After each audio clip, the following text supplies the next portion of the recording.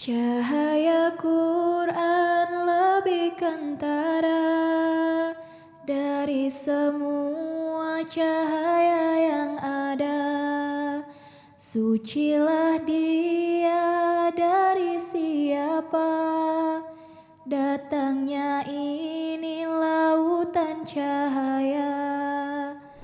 Pohon tauhid. Hari itu, saat 2/3 malam baru dilalui, beberapa kru program Lajnah Activities terlihat sibuk menyiapkan berbagai perlengkapan syuting. Kamera beserta seperangkat lampu dan peralatan audio ditata dengan rapi dan dimasukkan ke dalam bagasi kendaraan operasional, siap meluncur menuju lokasi. Assalamualaikum warahmatullahi wabarakatuh. Pemirsa MTA, hari ini saya dan tim akan berangkat menuju salah satu daerah yang ada di Jawa Barat. Kira-kira ada kegiatan apa sih yang dilaksanakan di sana? Tetap bersama saya dalam program Lajnah Activity. Bismillahirrahmanirrahim, yuk berangkat!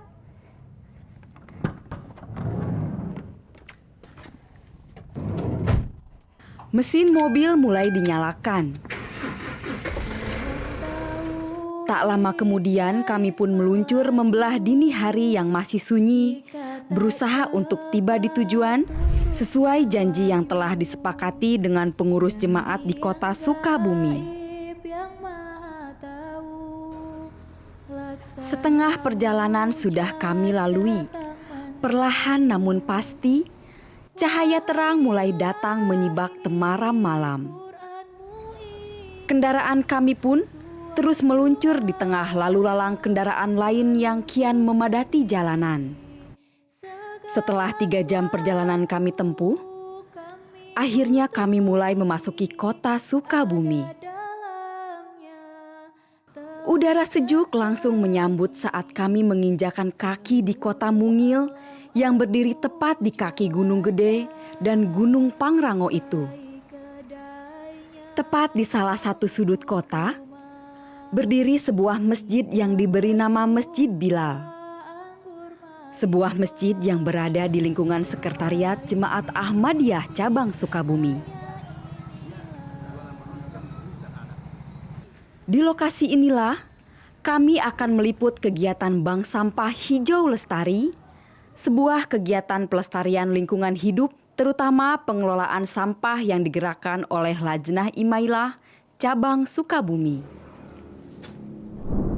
Assalamualaikum warahmatullahi wabarakatuh. Pemirsa MTA, berjumpa lagi dengan saya Natasha Adistia dalam program Lajnah Activity. Hari ini saya sudah berada di Masjid Bilal, Jalan Sriwedari, Cikole, Sukabumi. Terlihat anggota Lajnah Imailah Sukabumi sudah mulai berdatangan dengan membawa kresek dan karung di tangannya masing-masing. Kira-kira ada kegiatan apa sih yang dilaksanakan? Mari tetap bersama saya dalam program Lajnah Activity. Bank Sampah merupakan sebuah program yang dibuat oleh masyarakat untuk mengatasi masalah sampah rumah tangga, baik organik maupun non-organik. Sistem dari bank sampah ini sendiri seperti halnya tabungan, di mana setiap anggota bank sampah mengumpulkan dan memilah berbagai jenis sampah rumah tangga yang dapat didaur ulang kembali. Sampah-sampah tersebut kemudian ditimbang untuk dihitung per kilogramnya, lalu dicatat. Kemudian sampah-sampah tersebut akan dipilah-pilah kembali sesuai dengan jenisnya. Berdasarkan sifatnya, sampah dibagi menjadi 3, yaitu sampah organik, anorganik, dan beracun. Sampah yang disetor ke bank sampah merupakan sampah-sampah yang bersifat anorganik. Sampah anorganik adalah sampah yang tidak mudah membusuk seperti plastik, kertas, botol, kaleng, dan sebagainya. Sampah-sampah ini merupakan sampah yang laku dijual kembali untuk dijadikan produk lain. Caketin ka dia, Bu, tutupnya, Bu. Assalamualaikum Ibu. Waalaikumsalam. Udah, Mang? Alhamdulillah. Ibu udah sibuk milih-milih nih ya, Bu, sampahnya? Iya, betul. Nih, kita sama-sama lagi proses pemilahan. Oke. Ya. Pemirsa MTA, baru saja saya tiba di Sukabumi, tepatnya di Masjid Bilal. Dan di sini sudah mulai kesibukan untuk pemilihan sampah organik yang dikelola langsung oleh Lajna Imailah Sukabumi. Untuk itu, di sini saya sudah bersama Ibu Lomrah selaku Ketda Jabar 03 dan juga selaku Ketua Bank Sampah. Ibu mau tanya-tanya nih mengenai Bank Sampah Hijau Lestari ya Bu ya namanya? Iya, betul. Ya, oke. Awal mula berdirinya Bank Sampah ini gimana ceritanya Bu? Awal mulanya ini sekitar 2 tahun yang lalu kita mengadakan acara muawanah gabungan. Dalam acara muawanah itu kita mengundang pejabat dari DLH. Saat itu yang kita undang itu Kabid Pelayanan Kebersihan, yaitu Ibu Insinyur Endah Aruni. Dalam acara muawanah tersebut, Bu Kabid menyampaikan sosialisasi tentang penanganan sampah. Karena memang sampah saat ini menjadi PR terbesar ya bagi kita. Nah, termasuk di Sukabumi. Kemudian DLH membuat terobosan baru untuk membentuk bank sampah di setiap ke-RW-an. Nah, beliau menunjuk kepada saya saat itu, Bu, bagaimana siap nggak di sini dibentuk bank sampah? Kemudian beliau langsung menunjuk saya sebagai ketua bank sampahnya. Gitu. Dari setiap RW itu berarti ada berapa bank sampah itu? Harapan dari DLH memang tiap RW ada, tetapi kenyataan memang tidak semua RW ada gitu. Iya. Dari pengumpulan ini pasti ada penyetornya kan ya Bu ya? Iya. Nah, nasabahnya sendiri itu yang menyetor ke sini ada berapa sih Bu? Nasabah ada 10 orang, tapi 10 orang itu bagian dari kelompok-kelompok yang sudah dibentuk. Jadi kelompok tarbiyat, kelompok tablik, kita sekalian gabung dengan kelompok bank sampah. Jadi setiap pengajian ke masjid atau salat Jumat, ketua kelompok tersebut tuh membawa setor sampah anorganik ke kami. Kalau penyetorannya sendiri Bu, sebulan berapa kali sih? Sebulan sekali. Jadi setiap sampah yang kami terima dari nasabah, kita pilah dulu di sini, kemudian kita kumpulkan. Nanti setiap sebulan sekali rutin dari Dinas DLH menjemput. Biasanya minggu kedua setiap sebulannya. Kalau jenis-jenisnya sendiri ada apa saja Bu yang disetorkan oleh nasabah? Jenis-jenisnya ada aluminium, kertas, plastik. Plastik juga dibagi 2 ya, Bu. Ada plastik bening, plastik warna. Kemudian ada jenis besi, ada dus, sama botol kemasan air mineral. Ya. Saya boleh diajarin nggak nih Bu cara memilah sampahnya sendiri biar nanti di rumah bisa diterapkan, siapa tahu bisa di rumah juga bikin bank sampah juga kita. Ya, ini mangga Neng. Yang pertama botol bening, botol bekas mineral, air mineral, kita bagi 2 tempat. Beda ya, kalau ini kan sistem sablon, kalau ini kan sistem tempel kemasannya, makanya kita pisahkan. Jadi ini permintaan dari DLH-nya seperti itu gitu. Ya. Ya kalau ininya dicopot nggak Ibu? Mana? Ininya. Ya, harusnya dicopot, harusnya dicopot. Tapi kalaupun nggak dicopot juga nggak apa-apa, karena di sana juga ada proses pemilahan tahap kedua. Iya. Untuk selanjutnya jenis kertas. Kertas di sini mungkin kertas seperti jenis buku. Kadang kita terima dari nasabah tuh banyak jenis kertas yang kita terima, dan dari DLH juga menerima jenis kertas tersebut. Majalah gitu juga ya Bu? Bisa, ya? bisa majalah atau koran juga bisa. Pokoknya jenis-jenis kertas ya Bu Iya, ya? iya. Bisa. Untuk selanjutnya ini aluminium, kemasan minum seperti ini tidak boleh disatukan dengan yang plastik, harus dipisah, khusus aluminium. Ya. Untuk selanjutnya plastik bening. Plastik bening itu kita bagi 2 ya, ada yang plastik bening tebal, ada yang tipis. Oh jadi yang ini yang padat gitu ya Bu ya pasti yang beningnya? padat ya. Ini untuk selanjutnya jenis botol kaca. Ini untuk dikemas itu harus dipisah dengan yang plastik karena kalau disatukan nanti takut pecah. Ya. Untuk selanjutnya yaitu plastik bening yang tembus pandang. Jadi ini tidak boleh disatukan dengan plastik yang berwarna. Ya. Kemudian untuk selanjutnya besi juga dipisah, sama seperti kaca dikemas itu tidak disatukan untuk memudahkan pengemasan, ya. Ini Neng, untuk selanjutnya jenis plastik kemasan, contohnya seperti ini. Ini dipisah juga kayak botol bening yang di situ ya Bu ya? Iya, harus dipisah gitu. Ya.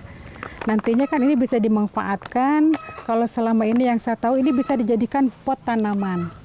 Oh, kreasi untuk bikin keterampilan gitu maksudnya atau Enggak, kita gunakan untuk menanam, dikasih tanah, ditanami bisa. Karena ini plastik itu kan kuat, awet gitu. Ya. Kemudian untuk selanjutnya ini yang terakhir residu. Jadi residu ini jenis plastik yang tidak bisa disetorkan ke DLH. Oh, oke. Jadi yang kemasan-kemasan seperti ini ya Bu ya, Iya.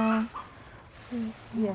Jadi berarti nggak di storein ke DLH gitu, berarti tetap di sini gitu. Iya, tetap di sini. Tetapi belakangan saya usul ke DLH supaya yang residu juga dibawa. Jadi untuk pemusnahannya di sana aja ditangani oleh DLH. Soalnya di sini kita sarana belum ada untuk pemusnahan residunya. Alhamdulillah udah 2 bulan ini residu juga dibawa ke DLH. Iya, dimusnahkan di sana. Gitu. Seluruh alam aku Walaupun Bank Sampah Hijau Lestari ini didirikan oleh para Lajnah Imailah, namun tidak menutup kemungkinan para Huda maupun Ansor ikut serta menjadi anggota dari bank sampah ini. Terlihat para bapak-bapak juga turut antusias membawa sampah dari rumah masing-masing untuk disetor ke Bank Sampah Hijau Lestari. Ya, silakan. Ya, oke. Satu, ya. Divisi Angkutan Bank Sampah Sukabumi lalu datang untuk membawa sampah-sampah yang sudah dikumpulkan untuk dibawa ke pusat Bank Sampah Kota Sukabumi atau yang sering disingkat Bank Sami. Anggota Hudam dan Ansor tidak tinggal diam. Mereka membantu para petugas memasukkan karungan sampah untuk diangkut oleh petugas pengangkut sampah. Sampah-sampah yang sudah dikumpulkan di Bank Sami nantinya akan dipilah-pilah kembali, di mana ini merupakan pemilahan sampah kedua kali oleh para petugas. Hikmat agama sebuah Kebetulan sekali, hari itu Kepala Bank Sampah Kota Sukabumi, Bapak Rezi Andrian, juga turut mengunjungi Bank Sampah Hijau Lestari untuk memberikan pengarahan serta ilmu mengenai bagaimana pengolahan bank sampah. Beliau memaparkan ada lebih dari 170 ton per harinya Kota Sukabumi memproduksi sampah. Beliau menjelaskan bagaimana cara masyarakat untuk membantu mengatasi masalah tersebut. Para peserta baik lajnah dari kalangan muda hingga tua, serta para ansor menyimak penjelasan yang dipaparkan dengan sangat khidmat. Tidak lupa, dibuka juga sesi tanya jawab dengan para anggota. Sampahnya yang dibawa ke pabrik. Tolong dong. Kunjungan dari Kepala Bank Sami ini sangat membantu para masyarakat dalam menambah pengetahuan masyarakat mengenai pengelolaan sampah termasuk sampah rumah tangga. Perkenalkan, nama saya Rezi Andrian, sarjana teknik. Jadi keseharian saya sebagai Kepala Bank Sampah Kota Sukabumi. Bank Sampah Induk Kota Sukabumi ini di bidang Dinas Pelayanan Kebersihan di bawah Dinas Lingkungan Hidup. Jadi sampah di Kota Sukabumi itu belum tercover semuanya untuk di daerah pinggiran. Karena armada kita sangat terbatas, jadi kita itu dipusatkannya untuk kota bagian tengah dan perumahan-perumahan. Jadi untuk perbatasan kita masih berskala wilayah saja. Jadi kita harus ada kerjasama dengan wilayah sekitarnya. Seperti contoh umpamanya di daerah perbatasan ada jalan berbatasan dengan kabupaten, di mana sebenarnya TPS itu di wilayah Kota Sukabumi. Tetapi yang membuang sampah juga kadang-kadang dari kabupaten. Begitu. Terus lagi di bantaran sungai yang berbatasan dengan kabupaten juga. Kan kita tidak tahu siapa yang membuang sampah, jadi jangan sampai tuduh-tuduhan. Kadang-kadang kita umpamanya sampah banyak di sungai, kita menyalahkannya yang di atas. Terus lagi sampai ke atas lagi. Padahal di ujung gunungnya itu tidak ada. Di mata air itu tidak ada sampah. Jadi kita harus sama-sama dari mana nih kita harus menguranginya, begitu Pak.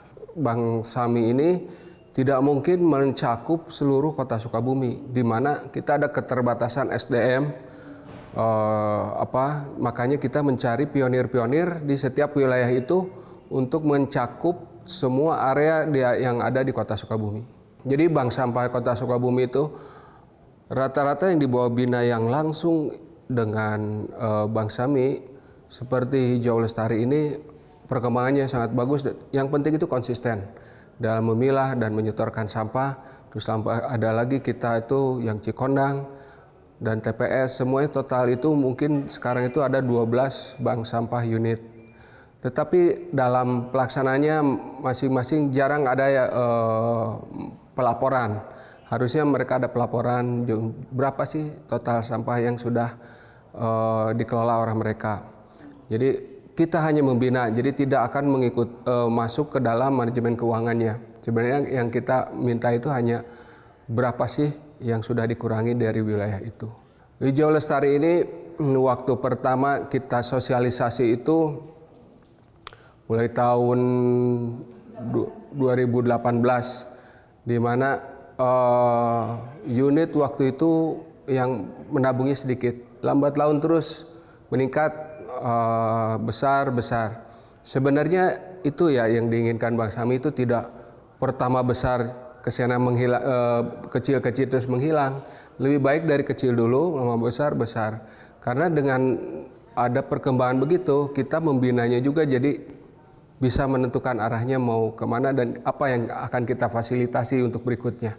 Bank Sampah Hijau Lestari tinggal sedikit lagi. Jadi yang penting itu konsisten dalam memilah saja, mengajak warganya. Jadi tidak boleh takut umpamanya mengajak nasabah di wilayah mana, silakan saja. Umpamanya di sini ada saudara, umpamanya ada di Bayangkara, tetapi masuk sini tidak apa-apa. Selama sampah umpamanya di Bayangkara dibawa dulu ke sini, nanti dikumpulkan, itu tidak apa-apa. Nanti saya mengharapkan di sini Bank Sampah Hijau Lestari itu besar.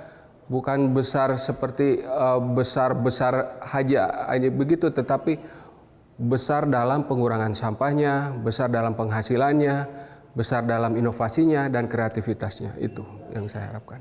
Seluruh alam aku jelajah. Bank sampah ini awalnya kita memberikan santunan Lebaran gitu ya, bingkisan untuk fakir miskin atau untuk orang-orang yang tidak mampu kepada ketua RW. Nah, ketua RW berikutnya ingin bekerja sama untuk membangun bank sampah di Masjid Bilal ini karena melihat di lingkungan RW 6 ini tidak ada yang menampung sampahnya. Lalu setelah berdiri bank sampah, ada lagi motivasi dari Kepala Dinas Lingkungan Hidup, yaitu Ibu Endah awalnya. Ibu Endah sering memberikan presentase di Masjid Bilal ini dalam kegiatan muawanah secara umum, muawanah gabungan sewilayah Jabar 3. Lalu memberikan manfaat dari reduce, reuse dan recycle-nya, yang 3R itu. Dari recycle, beliau memberikan presentasi contoh-contoh apa yang dapat dimanfaatkan dari sampah tersebut. Maka dari itu kami memberikan motivasi kepada para LI di kota Sukabumi ini atau cabang Sukabumi ini bahwa kita harus mengumpulkan sampah non organik, lalu dibawa pada hari Jumat di setiap rumahnya. Dari setiap cabang sewilayah Sukabumi ini harus membuat recycle-nya dan reuse-nya, gitu ya. Dan diberitahukan bagaimana redusnya. Jadi redus ini memberikan manfaat organik dalam penggunaan. Kalau non organik seperti styrofoam itu sudah tidak bagus kan. Nah jadi reuse, recycle itu selalu dipamerkan dalam muawanah gabungan. Manfaatnya pertama, selain kita juga mempunyai keuntungan dari menjual non organik itu, kita ingin membuat tempat sampah yang layak untuk menampung non organik, yang akhirnya ibu-ibu lebih berantusias untuk mengumpulkannya, dan tabungan yang ada itu bisa dipergunakan untuk apa yang ingin kita perlukan gitu. Walaupun kota Sukabumi merupakan kota kecil di Jawa Barat, namun sampah masih menjadi salah satu masalah pelik di kota ini. Kota Sukabumi memiliki satu TPA yang menampung sampah dari seluruh wilayah, yaitu TPA Cikundul yang memiliki luas lahan sekitar 10,7 hektar. TPA ini sudah menampung berton-ton sampah setiap harinya. Dengan banyaknya sampah yang terus berdatangan, ada kemungkinan jika nantinya lahan di TPA ini akan penuh dan tidak cukup menampung sampah di kota Sukabumi. Maka dengan adanya pengelolaan daur ulang melalui program bank sampah ini, sangat membantu dalam mengurangi sampah di kota Sukabumi. Peran bank sampah di LI Sukabumi ini antusiasnya pertamanya cukup bagus ya, karena terus terang sangat membantu gitu. Nah itu yang pertama. Terus yang kedua, membantu lajnah-lajnah muda untuk bisa mengeksplor lagi kegiatan di sininya. Jadi banyak kegiatan-kegiatan baru yang bisa kita tambahkan untuk kegiatan bersama dengan ibu-ibu lajnah lainnya gitu. Assalamualaikum warahmatullahi wabarakatuh. Saya nama Wawan Rustiawan sebagai Amirda Jabar 3, mengucapkan apresiasi kepada ibu-ibu LI Jamaah Masjid Bilal yang telah menginisiasi sebagai koordinator dalam bank sampah yang dikepalai oleh Dinas Lingkungan Hidup Kota Sukabumi.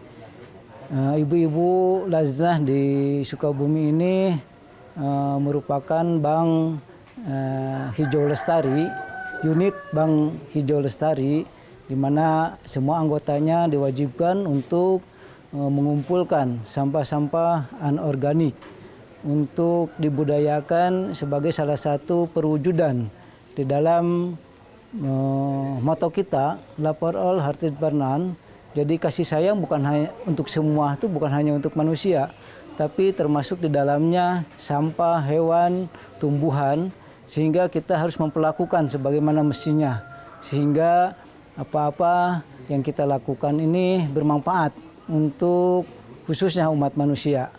Tadi kita lihat bagaimana ibu-ibu antusias mengumpulkan sampah sebagai bank tabungan.